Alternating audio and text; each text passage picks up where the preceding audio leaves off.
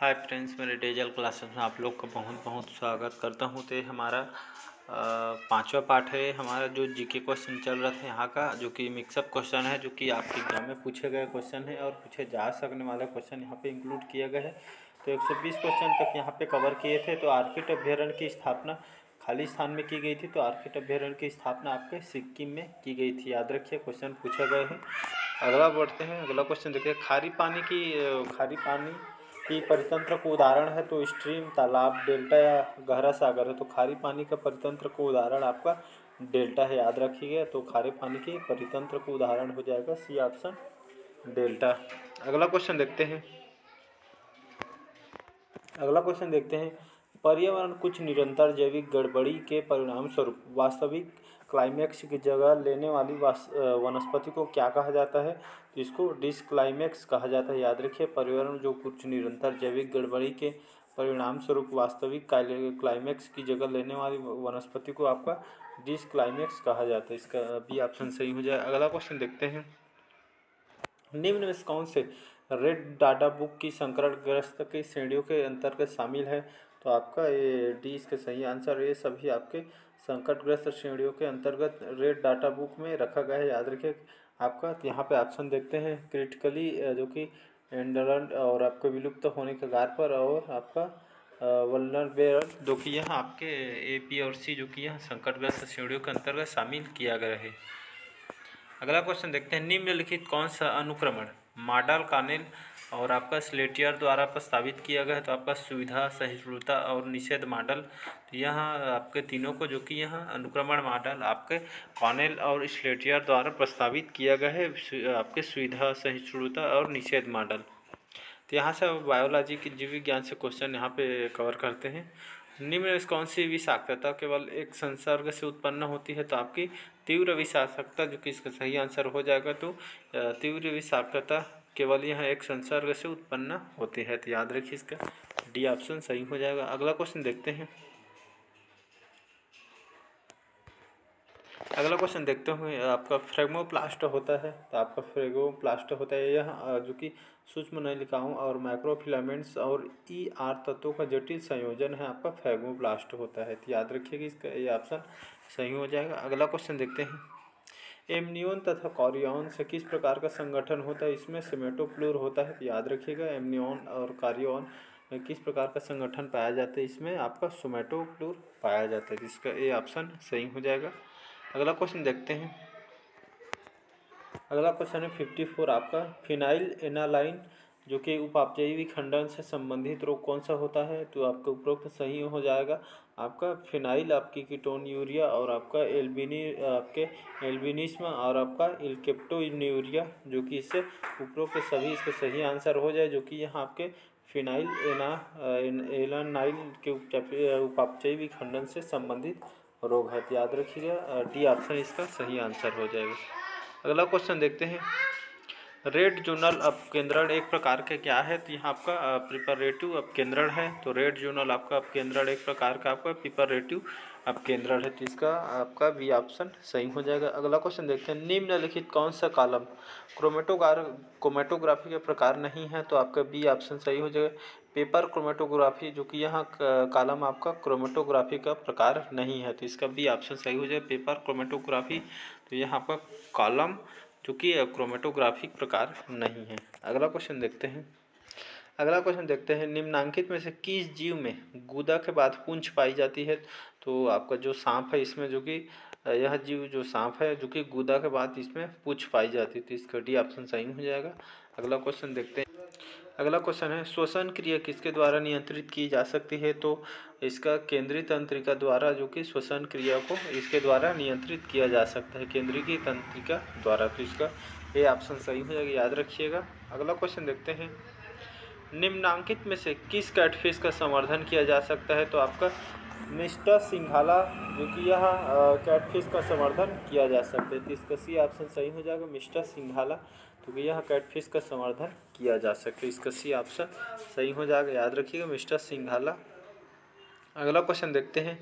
वैवाहिक उड़ान के दौरान मधुमक्खियों में जो कि निम्न प्रकार की घटना होती है। तो इसमें रानी मक्खी जो कि ड्रोन्स के साथ संभोग कर नई कॉलोनी शुरू करने के लिए उत्तरदायी है। तो याद रखिए इसका सी ऑप्शन सही हुई। तो वैवाहिक उड़ान के दौरान जो कि मधुमक्खियों में जो घटना होती है उसे इसमें जो कि आपकी रानी मधुमक्खी है जो कि ड्रोन्स के साथ संभोग कर नई कॉलोनी शुरू करने के लिए यहाँ पे उतरती है। तो इसका सी ऑप्शन सही हो जाएगा। इसमें जो मधुमक्खियों के जो कि झुंड में एक रानी मधुमक्खी होता है और एक का राजा तो इसमें जो राजा है उसमें आपके संभोग के लिए जो कि ये जन्म लिए रहते हैं। इसमें रानी जो कि ड्रोन के साथ संभोग कर अपनी नई कॉलोनी ये पे शुरू करने के लिए उतर जाती है। इसका सी ऑप्शन सही हो जाएगा। अगला क्वेश्चन देखते हैं। अगला क्वेश्चन है विभिन्न जातियों के उद्विकास जो किसी भौगोलिक क्षेत्र में एक स्थान से प्रारंभ होकर विभिन्न आवासों में फैलाव के कारण होता है। तो इसको कहते हैं आपका अनुकूली विकिरण कहलाता है। तो इसका डी ऑप्शन सही हो जाएगा। अगला क्वेश्चन तरफ बढ़ते हैं। अन्योन स्थानांतरण में होता है। तो इसमें आप दो असमजात गुणसूत्रों में खंडों का आदान प्रदान होता है अन्योन स्थानांतरण में। तो याद रखिए इसका बी ऑप्शन सही हो जाएगा। अगला क्वेश्चन देखते हैं। नई जातियों की उत्पत्ति में कौन से कारक सम्मिलित होते हैं। तो नई जाति की उत्पत्ति में आपका पृथक्करण और विभिन्नताएं जो कि इस कारक में सम्मिलित होते हैं। तो इसका डी ऑप्शन यहाँ पे सही हो जाएगा। याद रखिएगा नई जाति की उत्पत्ति में कौन सा कारक सम्मिलित होते हैं। इसमें पृथक्करण और विभिन्नताएं इसमें सम्मिलित होते हैं मुख्य रूप से। अगला क्वेश्चन देखते हैं। एक घटना जो कि पार्थेनोजेनेसिस कहलाते हैं जब उसमें अंड में बिना निषेचन के विदलन होता है जो कि यह घटना आपका पार्थिनोजेनिस कहलाती है। तो इसका सी ऑप्शन सही हो जाएगा। अंड में बिना निषेचन के विदलन होता है इसमें। तो इसका सी ऑप्शन सही हो जाएगा। अगला क्वेश्चन देखते हैं। निम्नांकित में कौन सा गलत युग्म है। तो बी कोशिका इंसुलिन ये गलत हो जाएगा और डी कोशिका जिससे सोमैटोस्टेटिन जिसमें यह जोड़ी जो कि मिलान मैच करता है और ए कोशिका में ग्लूकेगान ये भी गलत है और ए कोशिका में गैस्ट्रिन होता है तो ये भी गलत है। तो इसका डी ऑप्शन से जो डी कोशिका है उसमें आपका सोमैटोस्टेटिन पाया जाता है। तो इसका बी ऑप्शन मैच कर जाएगा। अगला क्वेश्चन देखते हैं। आपका एलएसडी है तो यहाँ का है एलएसडी। तो आपका यहाँ पे शामक है तो एलएसडी मुख्य रूप से आपका शामक होता है। तो इसका डी ऑप्शन सही हो जाएगा। अगला क्वेश्चन देखते हैं। कलरीमेट्री में हरे रंग का संपूरक रंग कौन होता है। तो आपका पर्पल बैगनी, लाल बैगनी, वायलेट, हरा। तो इसका बी ऑप्शन सही हो जाएगा लाल बैगनी। तो कलरीमेट्री में हरे रंग का संपूरक रंग कौन सा होता है। तो इसमें लाल बैगनी होता है। तो इसका बी ऑप्शन सही हो जाएगा। अगला क्वेश्चन देखते हैं। जीवित सूक्ष्म जीवों को देखने हेतु किस प्रकार की माइक्रोस्कोपी सबसे प्रभावी होती है। तो इसमें इसका ए ऑप्शन सही हो जाएगा। स्कैनिंग और इलेक्ट्रॉनिक माइक्रोस्कोपी के माध्यम से जीवित सूक्ष्म जीवों को देखने हेतु इस प्रकार की आपका स्कैनिंग इलेक्ट्रॉनिक माइक्रोस्कोपी जो कि यह सबसे प्रभावी होता है। तो इसका ए ऑप्शन सही हो जाएगा। अगला क्वेश्चन देखते हैं। अगला क्वेश्चन है प्रबलता को उदाहरण है। तो इस चीज़ का सी ऑप्शन सही हो जाएगा। नॉन एलिलिक जो कि जीन अनुक्रिया जो कि यहाँ प्रबलता को उदाहरण है जिसमें आपका नॉन एलिलिक और जीन अन्योन क्रिया जिसको प्रबलता का यहाँ उदाहरण है। तो इसका सी ऑप्शन सही हो जाएगा। अगला क्वेश्चन देखते हैं। प्रोटोजोआ जो कि लैंगिक संबंधी स्थानांतरित होता है तो आपका सही आंसर हो जाएगा ए।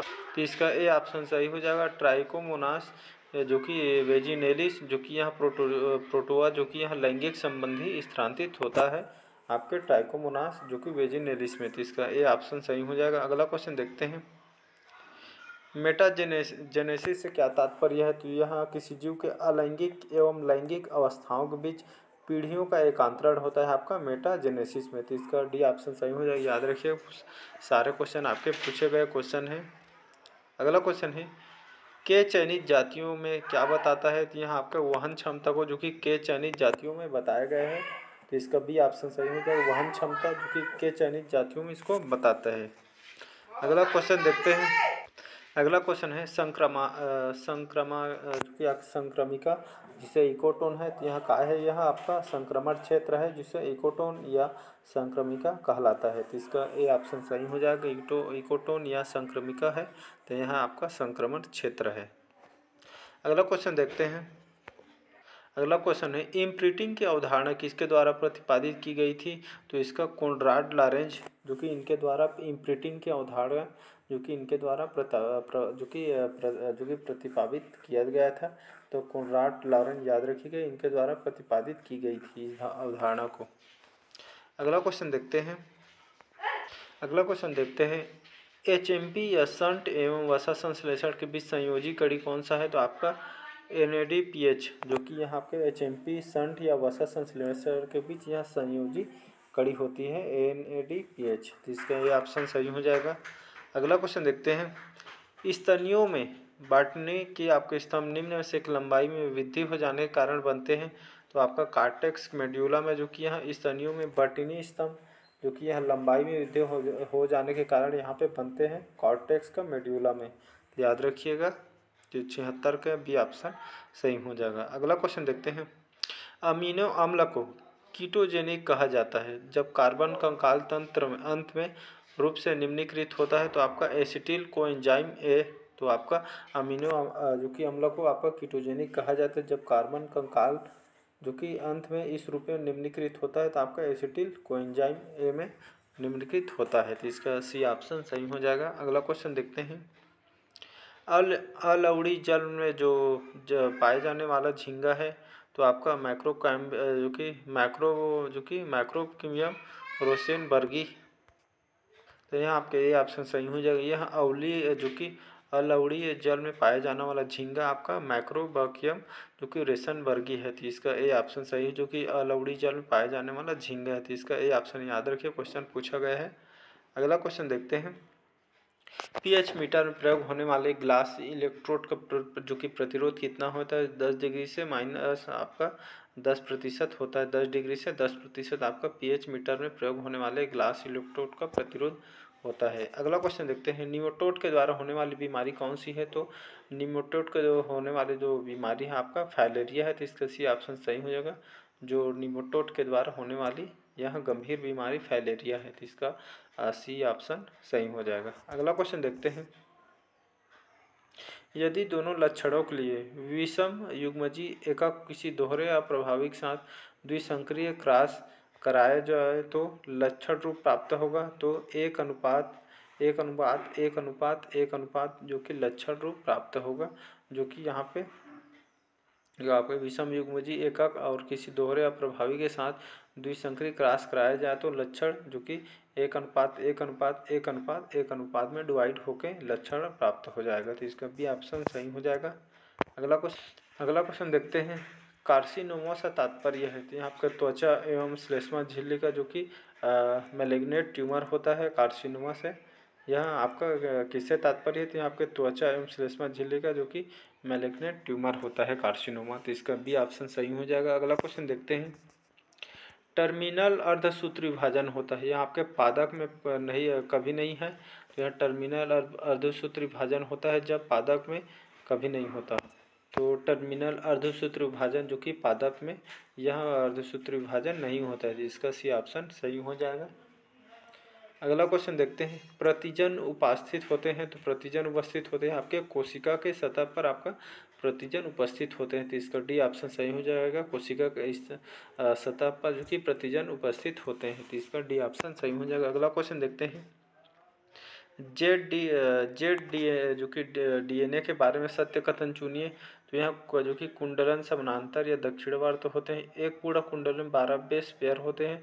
प्रत्येक दोहराई जाने वाली इकाई के बीच मोड़ का कोण 36 डिग्री होता है। या डी है आपका जेड DNA अणु का व्यास जो कि 20 ए होता है, तो इसका भी ऑप्शन सही हो जाएगा। एक पूरा कुंडल जो कि कुंडल 1 में जो कि 112 बेस पेयर होते हैं, याद रखिएगा, तो इसका भी ऑप्शन सही हो जाएगा। जेड DNA के बारे में आपका बी कथन सही हो जाएगा, जिससे एक पूर्ण कुंडलन में 12 बेस पेयर होते हैं, तो इसका भी ऑप्शन सही हो जाएगा। अगला क्वेश्चन देखते हैं यदि मेंढक के भ्रूण की 8 कोशिकीय अवस्था में केंद्रकों को निकालकर केंद्रित रहित अंडों में लगा दे तो निम्न कौन सी क्रिया होगी? तो यहाँ पे ग्राही अंडों में सक्रिय भ्रूण का निर्माण हो जाएगा। जो यदि अगर मेंढक के भ्रूण की 8 कोषीय अवस्था में केंद्रकों को निकालकर केंद्रक रहित अंडों में लगा दे तो आपका कौन सी क्रिया होगी? तो यहाँ पे ग्राही अंडों में सक्रिय भ्रूण का निर्माण हो जाएगा। तो इसका ये ऑप्शन सही हो जाएगा। अगला क्वेश्चन देखते हैं, निम्नलिखित में कौन सा जन्मजात प्रतिरक्षा का घटक नहीं है? तो आपको एंटीबॉडीज, यह जो कि जन्मजात प्रतिरक्षा घटक नहीं, मतलब जन्म से जो कि प्रतिरक्षा घटक नहीं है। तो एंटीबॉडी एंटीबॉडी जो कि आपके जन्म के साथ जो कि आपके प्रतिरक्षा या एंटीबॉडी जन्म के साथ नहीं बनता है। तो याद रखिए इसका जन्म के साथ प्रतिरक्षा घटक आपका एंटीबॉडी नहीं बनता है। तो इसका ये ऑप्शन सही हो जाएगा। अगला क्वेश्चन देखते हैं, टैग पॉलीमरेज एंजाइम है। तो यहाँ एक थर्मस एक्टिविटी इसमें पृथक किया गया है और 72 डिग्री सेल्सियस पर सर्वाधिक क्रियाशील होता है और यह इस एंजाइम का प्रयोग पीसीआर में किया जाता है। तो इसका सभी कथन सही हो जाएगा, डी ऑप्शन जो कि टैग पॉलीमरेज एंजाइम है। तो इसका ए, बी और सी सही आंसर हो जाएगा। अगला क्वेश्चन देखते हैं, हार्मोन संवेदनशील लाइपेज गतिविधि किस हार्मोन द्वारा जो कि बाधित होता है? इसका बी सही हो जाएगा, इंसुलिन। तो यह इंसुलिन हार्मोन संवेदनशील लाइपेज गतिविधि जो कि हार्मोन द्वारा बाधित होता है। तो हार्मोन 90वां क्वेश्चन है, तो बी ऑप्शन सही हो जाएगा, हार्मोन संवेदनशील लाइपेज गतिविधि आपके इंसुलिन हार्मोन द्वारा जो कि यहाँ पे बाधित करता है, बाधित होती है। तो इसका बी ऑप्शन सही हो जाएगा। तो ये थे 90वां क्वेश्चन, बाकी नेक्स्ट पार्ट में कवर करेंगे, वीडियो लंबा हो जाएगी इसलिए क्वेश्चन को यहीं तक रखते हैं। नेक्स्ट पार्ट में कवर करेंगे। अच्छा लगे तो चैनल को लाइक सब्सक्राइब कमेंट कीजिए और ज़रूरतमंदों तक शेयर कीजिए ताकि उन लोग भी इसका फ़ायदा उठा सकें। तो मिलते हैं नेक्स्ट पार्ट में। आज के लिए बस इतना ही। Thank you.